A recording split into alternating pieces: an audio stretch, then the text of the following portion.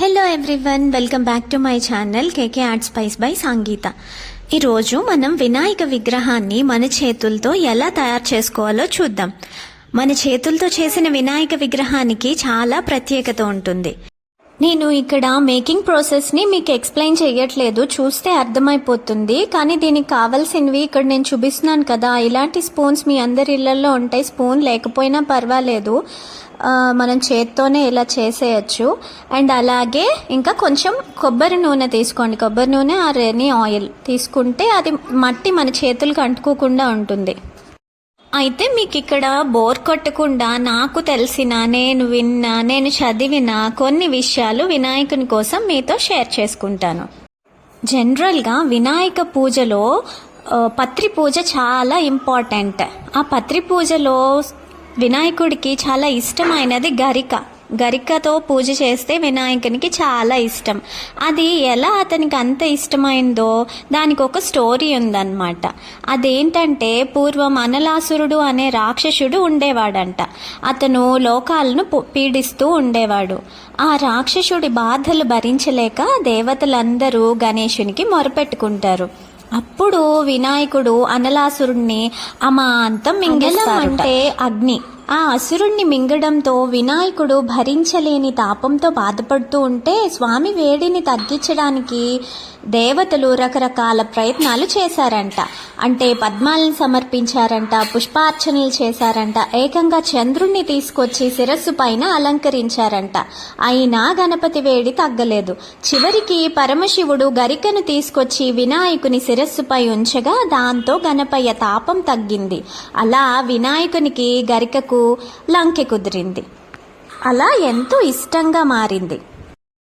ఈ వినాయక చవితి దక్షిణాయనంలో మొదటిగా వచ్చే పండుగ కాబట్టి ఈ వినాయక చవితినే మనం మొదటి పండుగగా చేస్తాం. అలాగే ఈ పండుగలో ఏకవింశతి అంటే 21 పత్రాలతో పూజించడం చాలా విశిష్టమైనది. ఈ 21 పత్రాలకి మంచి మెడిసినల్ వాల్యూస్ ఉంటాయి. అంటే 21 పత్రాలు ఆయుర్వేదంలో చెప్పబడినటువంటి. ఈ 21 పత్రాలలో తులసి దళం కూడా ఒకటి. అయితే జనరల్గా గణపతి పూజలో తులసి దళం నిషిద్ధమని పెద్దవాళ్ళు చెప్తూ ఉంటారు కదా. అది ఎందుకంటే దీని వెనకాల ఒక స్టోరీ ఉంది. అదేంటంటే, ఒకసారి తులసి మాత గణపతిని చూసి అతన్ని పెళ్లి చేసుకోమని కోరుకుంటుంది.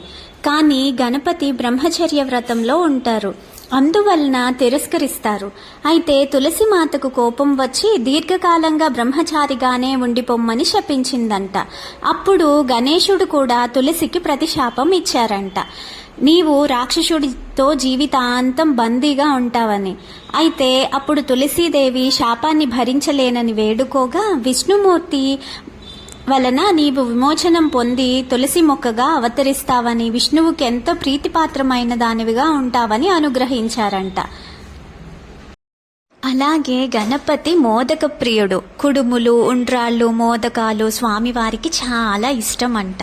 గణేశ పంచరత్న స్తోత్రంలో కూడా ఆదిశంకరాచార్యుల వారు ముదాకరాత్త మోదకం సదా విముక్తి సాధకం అని అంటారు కదా. దీన్ని బట్టి ఆయనకి ఉండ్రాళ్ళు, మోదకాలు నైవేద్యంగా పెట్టగానే ఎంతో ఆనందించే దైవం అని అర్థమవుతుంది మనకి.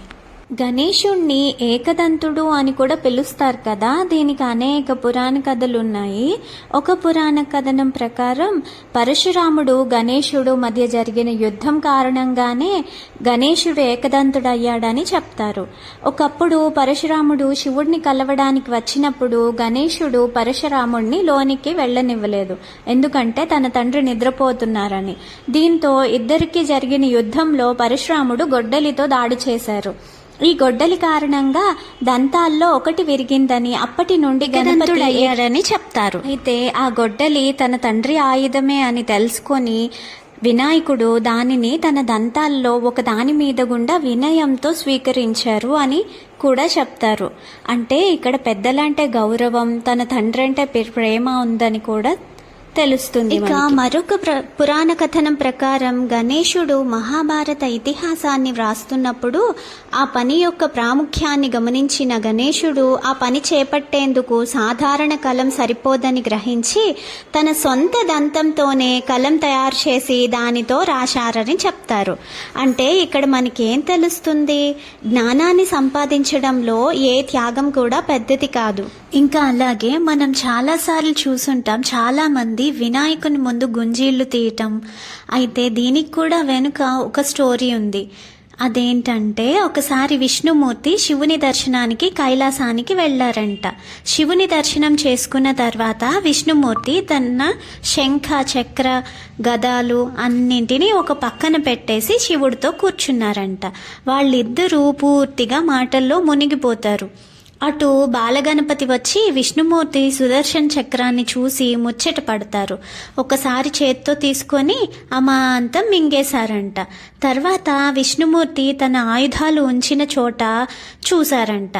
సుదర్శన చక్రం లేకపోవటం గమనించి కైలాసం అంతా వెదకటం మొదలుపెట్టారంట. అప్పుడు వినాయకుడు సుదర్శన చక్రాన్ని మింగేశా అని చెప్పారంట. అప్పుడు విష్ణుమూర్తి సుదర్శన చక్రం ఇవ్వమని ప్రతిమలాడారంట, బుజ్జగించారంట. కానీ వినాయకుడు ఇవ్వలేదు. అప్పుడు విష్ణుమూర్తి కుడి చేత్తో ఎడమ చెవిని, ఎడమ చేత్తో కుడి చెవిని పట్టుకుని గుంజీళ్లు తీయడం మొదలుపెట్టారు. ఇది చూసిన వినాయకుడు ఒకటే నవ్వు అసలు ఆగలేదంట. ఆయనకి పగలబడి నవ్వుతూనే ఉన్నారంట. అలా గణపతి నవ్వడం వలన సుదర్శన చక్రం నోట్లోంచి బయటికి వచ్చింది. విష్ణుమూర్తి తన సుదర్శన చక్రాన్ని తీసుకొని వైకుంఠానికి వెళ్ళిపోయారంట. గణపతి సమక్షంలో గుంజీలు తీసిన విష్ణుమూర్తికి కావలసింది పొందారు కనుక అప్పటి నుంచి కూడా గుంజీలు తీయడం జరుగుతుంది. వినాయకుడి నుంచి ఏమైనా పొందడానికి, కోరిన కోరికలు నెరవేరటానికి ఇలా చేస్తారు. అలాగే దీని వెనుక ఒక సైంటిఫిక్ రీజన్ కూడా ఉంది. అదేంటంటే చెవి చివరి చర్మాన్ని నెమ్మదిగా ఒత్తిడి కలిగించడం వల్ల మెదడులోని బుద్ధికి సంబంధించిన నరాలు యాక్టివేట్ అవుతాయి. అలా అవి యాక్టివ్గా పనిచేయడం వల్ల తెలివితేటలు కూడా పెరుగుతాయని అంటారు.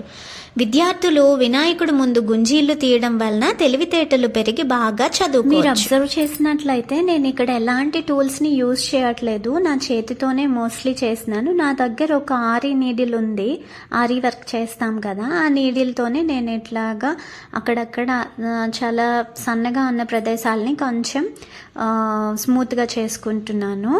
సో మీకు ఇలా చేయడానికి ఎలాంటి టూల్స్ ఏమీ అవసరం లేదు. మీరు చేత్తోనే కొంచెం ఓపికగా చేసుకుంటే అది చాలా బాగా వస్తుంది. ఇంకా నాకు టైం లేకపోవడం వల్ల నేను ఒక దగ్గర ఆపేశాను. ఇంకా నాకు కొంచెం టైం ఉండుంటే ఇంకా బాగా చేసేదాన్ని. మట్టితో గణపతిని చేయడం ఇదే మొదటిసారి. ఇది వరకు చేసేదాన్ని, కానీ ఉండ్రాళ్ళ పిండితోనే కాస్త పసుపు అలా చేసి దాంతో వినాయకుడిని చేసి పూజ దగ్గర ఇంకో చిన్న విగ్రహాన్ని పెట్టేదాన్ని. ఇలా చేయడం నాకు చాలా హ్యాపీగా అనిపిస్తుంది. నేను కొంచెం చిన్నప్పటి నుంచి కాస్త స్పిరిచువల్గానే పెరిగాను.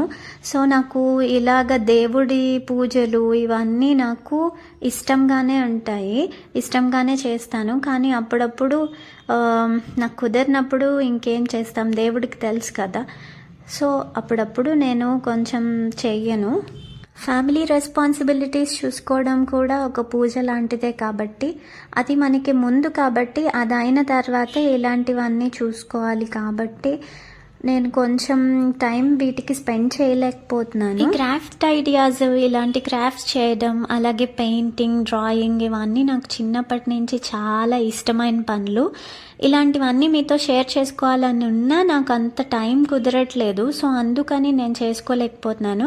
బట్ ఇన్ ఫ్యూచర్ డెఫినెట్గా మీతో అన్నీ షేర్ చేసుకుంటాను. మేము ఇలా స్పిరిచువల్గా పెరగడానికి డెఫినెట్గా మా పేరెంట్సే రీజన్. మా పేరెంట్స్ ఇంకా పక్కింటి అంకుల్ వాళ్ళు ఉండేవాళ్ళు, రాము అంకుల్ వాళ్ళని, నాన్న ఫ్రెండ్. వాళ్ళ పిల్లల్ని, మమ్మల్ని అందరినీ కూర్చోబెట్టి ఎవ్రీ సండే మాకు సరస్వతి పూజ, ఇంకా రామదేవుని పూజ చేయించేవాళ్ళు. అందులోనే పిల్లలే కథ చదవాలి, పిల్లలే పూజ అంతా చేయాలి. వారానికి ఒక్కసారి కథ చదివేలాగా చేసేవాళ్ళు. సో ఎప్పుడు నా టర్న్ వస్తుందా, నేను ఎప్పుడు కథ చదువుతానా అని చూసేదాన్ని, ఎప్పుడు వెయిట్ చేస్తూ ఉండేదాన్ని నా టర్న్ కోసం. అప్పుడంటే నాకు అంత చిన్న ఏజ్లో భక్తి తెలియదు, కానీ నేను చదివేయాలి అని ఉండేది. బుక్ అంతా నేను చదివేస్తాను అన్నట్టు. అప్పుడు అది విలేజ్ కాబట్టి నేను అంతా తెలుగు సెకండ్ స్టాండర్డ్లోనే నాకు తెలుగు అంతా చదివేయడం వచ్చేసింది. అంత క్లియర్గా చదివేదాన్నో లేదో నాకు గుర్తులేదు, కానీ నేను మాత్రం ఈ దేవుని కథ చదవడం నాకు బాగా గుర్తుంది. సరస్వతి పూజ, రామదేవుని పూజ చేసేవాళ్ళం. మా అమ్మ ప్రసాదాలు తయారు చేసి ఇచ్చేసేవాళ్ళు. సో అలాగా అంత చిన్నప్పుడే మాకు మంచిగా బేసిక్స్ ఫామ్ అయ్యాయి అన్నమాట, స్పిరిచువల్గా మేము పెరగడానికి అంతా. ఆ తర్వాత మేము వైజాగ్ వెళ్ళాక ఇంకా ఇంగ్లీష్ మీడియం స్కూల్లో వేసేసాక నేను అస్సలు స్కూల్కి వెళ్ళేదాన్నే కాదు. అప్పటి వరకు చాలా బ్రైట్, అంటే అంత చిన్న ఏజ్లో చాలా బ్రైట్గా ఉండేదాన్ని. ఓన్లీ తెలుగే ఉండేది కాబట్టి ఎప్పుడైతే మేము వైజాగ్ వెళ్ళిపోయామో అక్కడ అంతా ఇంగ్లీష్లో వెంటనే క్వశ్చన్ అండ్ ఆన్సర్స్, అసలు హిందీ ఆలే రావు నాకు. Hindi question and answers start అయిపోయాయి. చాలా టఫ్గా అనిపించేది నాకు, అసలు స్కూల్కి వెళ్ళాలనిపించేది కాదు. మా పేరెంట్స్, మా అమ్మ అయితే అసలు నన్ను బెదిరించి అదిలించి ఇలా అలా కాదు. ఇప్పటికి కూడా తలుచుకుంటే నాకు ఇంకా భయంగానే ఉంటుంది ఆ స్కూలు. అలా నా బాల్యం గడిచిందనమాట. మళ్ళీ నాకు ఈ స్టడీస్ మీద ఇంట్రెస్ట్ రావడం ఇదంతా ఎప్పుడు జరిగిందంటే మళ్ళీ మేము శ్రీకాకుళం ఎంటర్ అయ్యాక స్టడీస్ మీద ఇంట్రెస్ట్ వచ్చింది. అలాగే పూజల మీద ఇంట్రెస్ట్ వచ్చింది. మళ్ళీ అమ్మతో పాటు పూజల్లో కూర్చునేదాన్ని, మంచిగా ఆ శ్లోకాలు మంత్రాలు చదివేదాన్ని. ఈ శ్లోకాలకి మీనింగ్ కూడా తెలుసుకునేదాన్ని. ఎందుకంటే నాకు ఊరికే ఏది బట్టి పట్టడం ఇష్టం ఉండేది కాదు. నాకు అసలు హిందీ చదవడం రాక నేను అది అసలు చదివేదాన్ని కాదు. నా 10th క్లాస్ మార్క్స్ కూడా అన్నీ మంచిగా వచ్చేయి. ఒక హిందీలో మాత్రం 40 మార్క్సే ఉంటాయి. నాకు ఇప్పటికీ అంటే అసలు నాకు చదవటమే ఇష్టం ఉండేది. ఏదైనా అర్థం కాకపోతే అది అసలు పక్కన పెట్టేస్తాను. నేను అసలు చదవడానికి కూడా ప్రయత్నించేదాన్ని కాదు. బై హార్ట్ చేయడం నాకు అసలు ఇష్టం ఉండదు. ఇప్పటికీ నాకు ఒక డౌట్ ఉండిపోయింది, తెలుగు మీడియం బెటరా ఇంగ్లీష్ మీడియం బెటరా అని. తెలుగు మీడియం అయితే మనం అర్థం చేసుకొని చదువుతామన్న ఒక అంటే అలా అనిపిస్తుంటుంది నాకు. ఇంగ్లీష్ మీడియం అయితే బట్టి వేస్తామేమో, అర్థం కాకపోయినా అది చదువుకోవడానికి ప్రయత్నిస్తున్నామేమో అలా అనిపిస్తూ ఉంటుంది. నాకు ఈ బట్టి పట్టడం అస్సలు నచ్చదు. కాస్త పెద్దయ్యాక వాళ్ళే నేర్చుకుంటారు అనిపిస్తుంది. అది నేను ఎప్పుడు చదివినా నాది ఎలా అంటే నేను ఎలా చదివినా నా లైఫ్ స్టైల్, అంటే నా లైఫ్లో ఉన్న వాటిని ఎగ్జాంపుల్స్గా తీసుకొని చదువుతూ ఉండేదాన్ని. సో దట్ నాకు అది నా మెమరీలో అలా గుర్తుండిపోయేదన్నమాట. అలాగే ఇంకా మీ ఇంట్లో అంటే ఎప్పుడైనా ఇంట్లో ఏమైనా గొడవలు, చికాగ్గా ఉన్న, హెల్త్ డిస్టర్బెన్సెస్ వచ్చినా వెంటనే ఇల్లు క్లీన్ చేసుకోవాలని మా అమ్మ చెప్తుంటారు. ఎందుకని నాకు ఏదైనా ఒకదానికి రీజన్ తెలియకపోతే అది పాటించడానికి ఎవరికైనా అంతే కదా, కాస్త చదువుకుంటే చాలు. పొగర్తో పెద్దవాళ్ళు చెప్పింది పెద్దగా వినము. దాని వెనక ఉన్న సైంటిఫిక్ రీజన్ తెలిస్తే తప్పితే. బట్ దానికి ఒక సైంటిఫిక్ రీజన్ ఉంది. ఏదైనా ఒక నెగటివ్ ఎనర్జీ మన ఇంట్లో ఉంది అంటే దాన్ని ఏదైనా ఎనర్జీ రూపంలోనే కదా ఉంటుంది. నెగిటివిటీ అయినా పాజిటివిటీ అయినా ఏదో ఒక మూల ఉంటుంది. కాబట్టి దాన్ని డిస్టర్బ్ చేసి దాని బాండ్స్ని వీక్ చేస్తే ఆ నెగటివ్ ఎనర్జీ స్ట్రెంగ్త్ కాస్త వీక్ అయిపోతుంది. కాబట్టి మనం దాన్ని డిస్టర్బ్ చేస్తున్నాం కాబట్టి ఆ నెగటివిటీ ఇంట్లోంచి వెళ్ళిపోతుంది. సో నేను కొంచెం బాగా అర్థం చేసుకునేది ఏంటంటే, ఇంట్లో ఏమైనా నెగటివిటీ వెళ్ళిపోవాలి అంటే మనం అక్కడ క్లీన్ చేస్తున్నాము అంటే అక్కడ ఆ ఎనర్జీని బ్రేక్ చేస్తున్నామనే కదా. సో ఆ ఎనర్జీని బ్రేక్ చేస్తున్నాము అంటే అక్కడున్న ఆ నెగటివిటీని వీక్ చేస్తున్నట్టు. సో ఎప్పుడైతే వీక్ చేస్తున్నామో ఆ నెగటివిటీ వీక్ అయిపోతుంది. కాబట్టి ఇంట్లోంచి ఆ నెగటివిటీ వెళ్ళిపోతుంది. సో కొంచెం ఇల్లు పీస్ఫుల్గా మారుతుంది అన్నమాట. సో మీరు కూడా ఇది ట్రై చేయండి. మీకు ఎప్పుడైనా ఇంట్లో కాస్త అశాంతిగా అనిపించినా, కొంచెం మెంటల్ టెన్షన్స్ ఉన్నా ఇల్లు బూజులు అవన్నీ దులుపుకోండి. అలాగే ఇంట్లో మూలమూలలు ముగ్గు పెట్టాలంటారు కదా, దానికి కూడా ఇదే రీజన్ అనుకుంటా. ఇంట్లో నెగటివిటీని బ్రేక్ చేయడానికే ఇలా చేస్తారనుకుంటా. అలాగే మనం పడుకుని లేచిన వెంటనే మన బెడ్ పైన ఉన్న బెడ్షీట్స్, పిల్లోస్ అన్నీ దులిపి క్లీన్ చేసుకొని మళ్ళీ నీట్గా పరుచుకోవాలి అని కూడా చెప్తారు. దీని వెనుక ఉన్న సైంటిఫిక్ రీజన్ కూడా అదే. ఒకసారి మీరు క్లీన్ చేసుకోకుండా పడుకోండి, నెక్స్ట్ డే కూడా ఏదో ఒక బ్యాడ్ డ్రీమ్ వస్తూనే ఉంటుంది.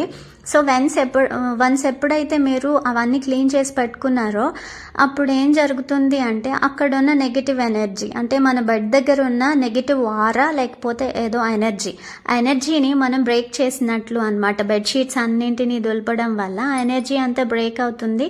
సో బ్రేక్ అవ్వడం వల్ల మనకి అక్కడి నుంచి ఆ నెగిటివిటీ ఎంతో కొంత మనం తీసేస్తున్నాం అన్నమాట. సో ఎప్పుడైనా ఒక నెగిటివ్ ఎనర్జీని బ్రేక్ చేయడానికే మనం ఇల్లు క్లీన్ చేసుకుంటాం అన్నమాట అని నాకు అర్థమైంది.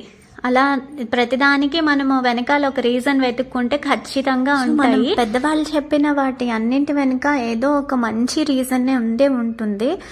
అలా అని ప్రతిదీ గుడ్డిగా నమ్మాలని కాదు, కొన్ని రాంగ్స్ ఉంటాయి, కొన్ని రైట్ కూడా ఉంటుంది. సో పెద్దవాళ్ళు చెప్పింది 1-2 సార్లు ఆలోచించి చేయడం మంచిదేను. నేను అందుకనే ఎవరేం చెప్పిన కాస్త పెద్దవాళ్ళు చెప్తే వింటాను. నాకు మరీ నచ్చకపోతే మాత్రం కొంచెం అపోజ్ చేస్తాను. ఇంకా మా పిల్లల్ని కూడా సోషల్ మీడియాలో చూపించడం నాకు ఎందుకు నచ్చదు అంటే ఇలాగే మా బాబుని, అంటే నాకు సరదానే కదా వాళ్ళు ముద్దు మొహాలు, వాళ్ళు చేసే అల్లరి అంతా సోషల్ మీడియాలో పంచుకోవడం. కానీ ఏం చేస్తాము, వాళ్ళవి ఎప్పుడు నేను పోస్ట్ చేసినా వాళ్ళకి ఏదో ఒక హెల్త్ ఇష్యూ వస్తూనే ఉంటుంది. ఇదంతా ఎందుకులే అని చెప్పి నేను ఇంకా వాళ్ళది పోస్ట్ చేయడం మానేశాను. అలా అని ఎన్ని రోజులు దాచుకుంటాం, పిల్లల్ని ఇంట్లో దాచుకోవడం కూడా కరెక్ట్ కాదు. బట్ అట్ ప్రెజెంట్ వాళ్ళు ఇంకా చిన్న పిల్లలు, వాళ్ళకి ఏ పెయిన్ వచ్చినా కరెక్ట్గా చెప్పలేరు కాబట్టి నేను అందుకే ఇంకా వాళ్ళని ఇన్ ఫ్రంట్ ఆఫ్ కెమెరా అలాగే మీ ముందుకి తీసుకురాలేకపోతున్నాను. అలా అని వాళ్ళని ఎన్ని రోజులు ఇంట్లో దాచుకుంటాం, అలా అని కాదు. కానీ ఇప్పుడైతే వాళ్ళు చిన్నపిల్లలు కదా, వాళ్ళు ఏమీ ఎక్స్ప్రెస్ చేయలేరు. ఏ నొప్పులు వచ్చినా కొద్ది రోజులు మాత్రం వాళ్ళని ఎక్స్పోజ్ చేయాలనుకోవట్లేదు. మీకు స్టార్టింగ్లో కొన్ని వీడియో క్లిప్స్ చూపించాను కదా, మట్టిని ఎలా ప్రాసెస్ చేసుకోవాలన్నది. అది ఎలా అంటే నేను నేరుగా పూలకుండీల్లోంచి తీసుకొచ్చిన మట్టినే కొంచెం ప్రాసెస్ చేసుకొని ఇక్కడ యూస్ చేస్తున్నాను. అది కాస్త నానబెట్టేసి దాన్ని ఫిల్టర్ చేసేసుకుంటే మీకు రాళ్ళు ఇంకా గడ్డి ఏమన్నా ఉంటే అవి ఫిల్టర్ అయిపోతుంది. ఇలా ఫిల్టర్ చేసుకున్న వాటర్ని కాసేపు 1 hour పాటు పక్కన పెట్టేసుకుంటే పైన క్లియర్ వాటర్ సెపరేట్ అయిపోతుంది కదా. ఆ క్లియర్ వాటర్ని మీరు డిస్కార్డ్ చేసేసుకొని కింద ఉన్న మట్టి వాటర్ ఉంటుంది కదా, ఫైన్ పార్టికల్స్తో కూడిన వాటర్ ఉంటుంది. ఆ వాటర్ని మీరు ఒక క్లాత్లో ఫిల్టర్ చేసుకొని అది మూట కట్టేసి దేనికన్నా హ్యాంగ్ చేసేసుకుంటే ఆ మట్టితో మనం వినాయకాన్ని చాలా ఈజీగా మేక్ చేస్తాం. ఫైనల్ గా కొన్ని పర్ల్స్ ఇంకా పెయింటింగ్ తో ఫైనల్ లుక్ ని క్రియేట్ చేసేసాను. మీకు ఈ వీడియో నచ్చినట్లయితే ప్లీజ్ సబ్స్క్రైబ్ చేసుకోండి. Thank you all.